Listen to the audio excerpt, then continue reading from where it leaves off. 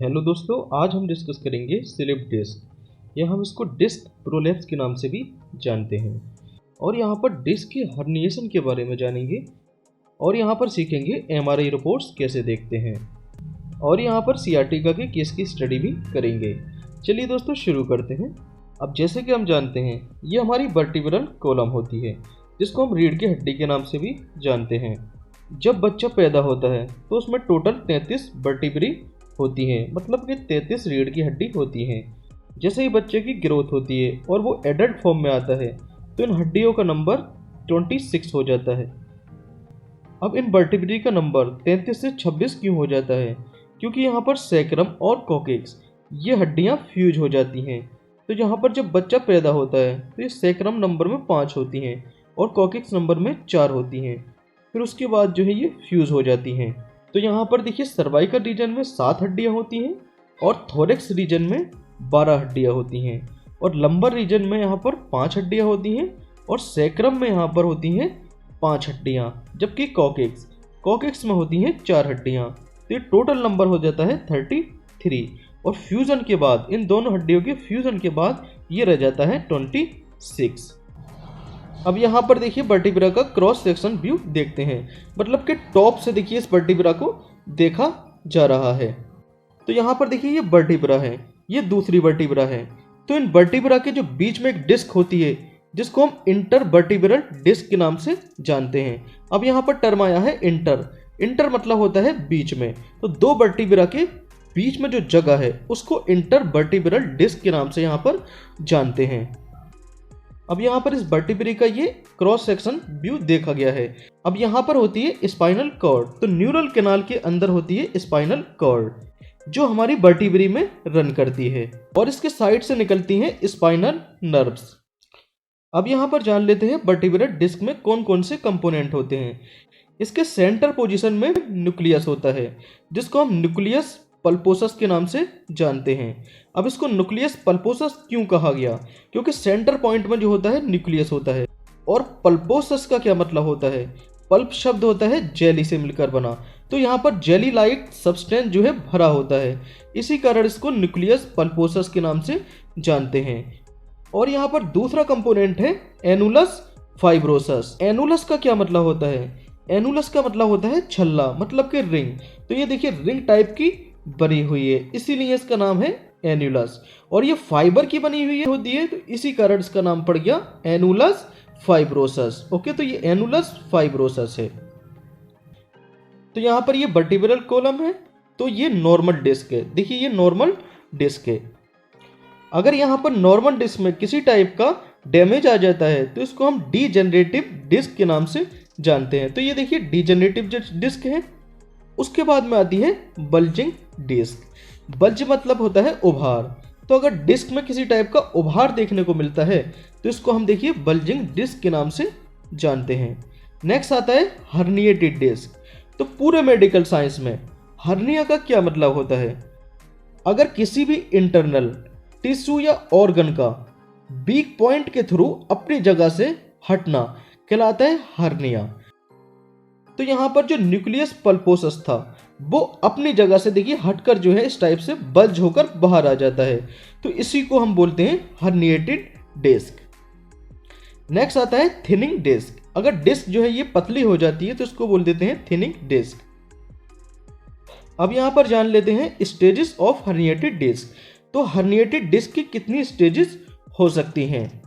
तो यहाँ पर इंटरवर्टिब्रल डिस्क का जो है एक्सियल व्यू दे रखा है। यहाँ पर अंदर है न्यूक्लियस पल्पोसस और बाहर है एनुलस फाइब्रोसस। तो यहाँ पहला केस आता है डिस्क डीजनरेशन का। तो डिस्क डीजनरेशन के केस में क्या होता है?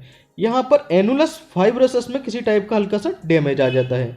अब जैसे ही देखिए यहाँ पर कुछ डैमेज हुआ तो न्यूक्लियस पल्पोसस थोड़ा सा देखिए यहाँ पर शिफ्ट हो जाता है, तो इस सिचुएशन को क्या बोलेंगे? Disc degeneration. अब यहाँ पर नेक्स्ट स्टेज आती है प्रोलैप्स। तो प्रोलैप्स सिचुएशन में क्या देखने को मिलता है? यहाँ पर एनुलस फाइब्रोसस ये थोड़ा और डैमेज हो जाता है और दूसरी स्टेज बना लेता है डिस्क डीजनरेशन से, तो इसको प्रोलैप्स सिचुएशन के नाम से जानते हैं। अब ज़्यादा डीजनरेशन हो जाता है यहाँ पर तो ये न्यूक्लियस पल्पोसस जो है ये जो है बाहर की तरफ ज़्यादा शिफ्ट हो जाएगा। ओके, तो कुछ ऐसी सिचुएशन यहाँ पर देखने को मिलेगी।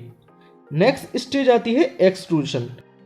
एक्सट्रूजन स्टेज में देखिए क्या होता है, यहाँ पर जो डैमेज है वो जो है प्रोलेप्स की अपेक्षा जो है ज़्यादा बढ़ जाता है। तो सी सिचुएशन में देखिए एक्सट्रूजन का केस देखने को मिलता है। नेक्स्ट स्टेज आती है सिक्वेस्ट्रेशन। सिक्वेस्ट्रेशन स्टेज में देखिए क्या होगा, ये जो अंदर का न्यूक्लियस पल्पोसस है वो स्क्वीज हो जाएगा। इस टाइप से ड्रॉप बाय ड्रॉप जो है ये नीचे गिरना शुरू हो जाएगा। देखिए जैसे कि हम डी स्टेज में यहाँ पर देख पा रहे हैं। तो ये सबसे खतरनाक वाली स्टेज होती है। अब यहाँ पर दो MRI इमेजेस देख पा रहे हैं। यहाँ पर पहली इमेज T2 वेटेज है और दूसरी इमेज जो है T1 वेटेज है।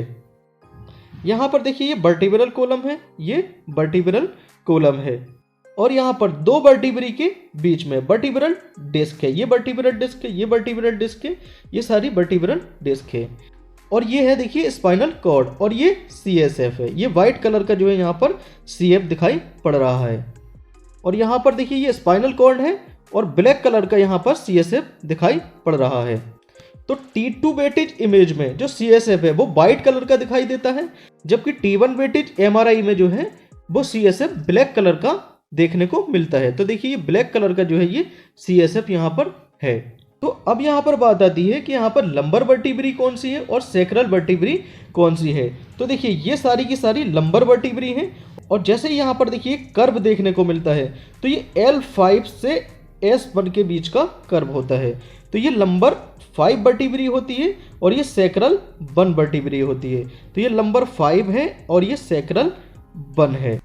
तो देखिए L5 और S1 के बीच की जो डिस्क होगी उसका क्या नाम होगा, तो इसका नाम होगा L5S1 डिस्क। ओके, अगर यहाँ पर देखिए L4 है तो ये जो डिस्क कहलाएगी वो क्या कहलाएगी, ये L4L5 डिस्क के नाम से जानी जाएगी। और ये अगर L3 है तो ये वाली डिस्क क्या कहलाएगी, ये कहलाएगी L3L4 डिस्क। ओके, अब यहाँ पर इन डिस्क में हमको क्या नज़र आ रहा है, देखिए ये डिस्क जो है बिल्कुल नॉर्मल है, लेकिन यहाँ पर ये डिस्क जो है थोड़ी बल्ज हो जाती है, थोड़ी उभार ले जाती है, या इसको हम डिस्क के हर्निया का केस के नाम से भी जानेंगे। तो यहाँ पर जो डिस्क है ये हर्निएटेड हो जाती है।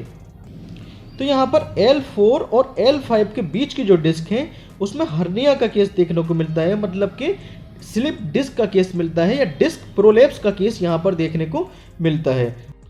अब यहाँ पर एक MRI रिपोर्ट है, यहाँ पर L4 L5 और S1 में जो है देखिए ये डिस्क जो है वो हल्की सी जो है पोस्टीरियर साइड में बल्ज हो गई है, मतलब कि हल्का सा उसमें उभार देखने को मिल रहा है। और यहाँ पर फोकल प्रोट्रूजन का केस देखने को मिल रहा है।